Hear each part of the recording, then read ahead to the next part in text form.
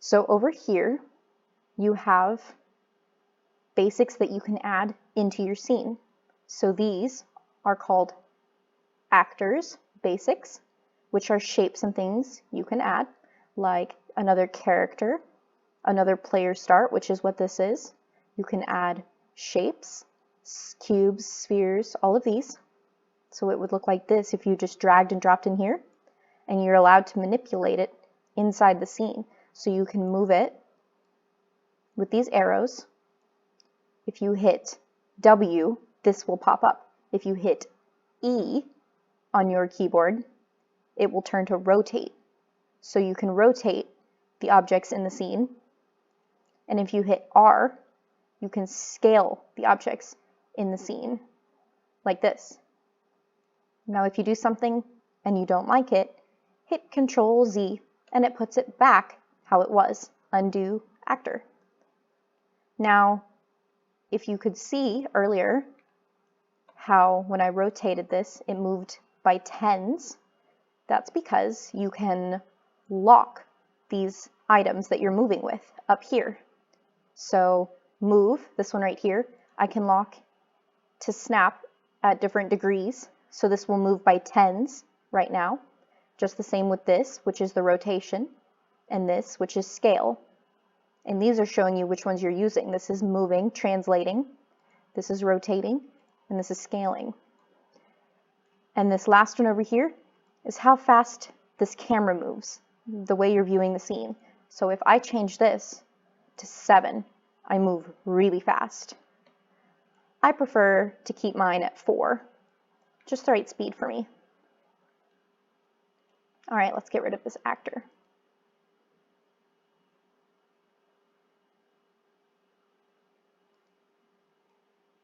You could also just delete it, or you could delete it over here as well. So next is lights. It's the same as the actors. You can drag and drop them in, but they don't show up as an object if you play the game. So say I need a spotlight. I take this in here, put it here. I adjust it so that I can see it. So if you start the game, you notice the light is there, but that little picture is not. It's because the light is in the game, but that is just to show you where the light is, so you can select it if you need to. Again, things like this you can adjust in this space over here, such as making it bigger or smaller or brighter or a different color. And it's the same with these. So the light box that it came set up with is also here. You can add all sorts of things. This would be the best use for a sun. This would make the best ambient light, like if you were in a village or something. Next is cinematics. These are cameras that you can add.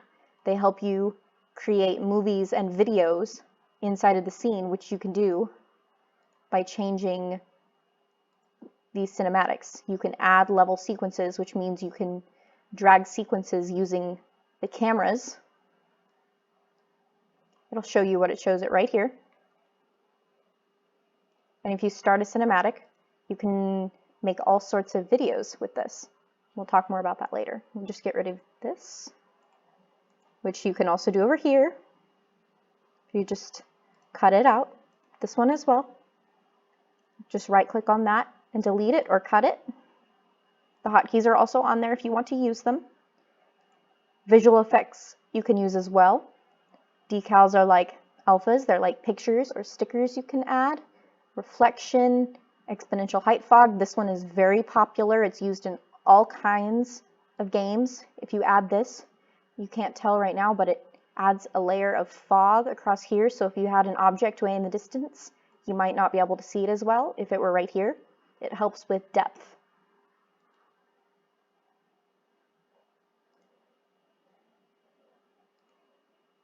This is geometry, which is very similar to these basic actors because these are similar things that you use a lot.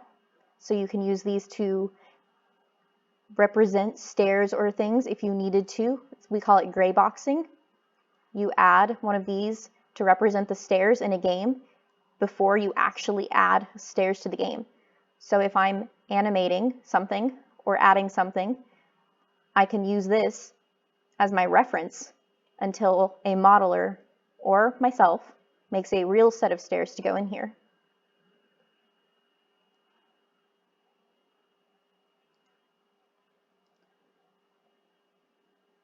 These volumes are all common things used.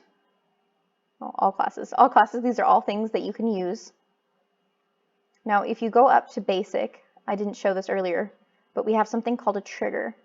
A trigger is what you can use to interact with the character.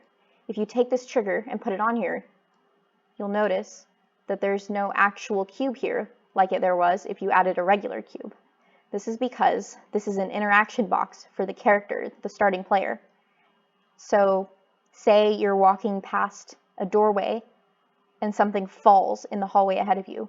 It was triggered by walking through this.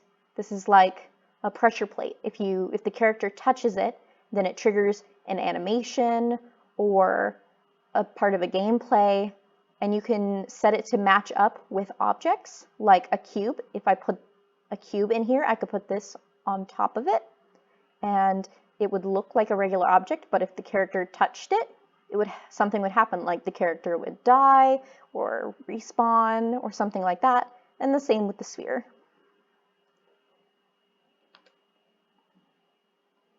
So down here is what we would call downloadable or creatable content.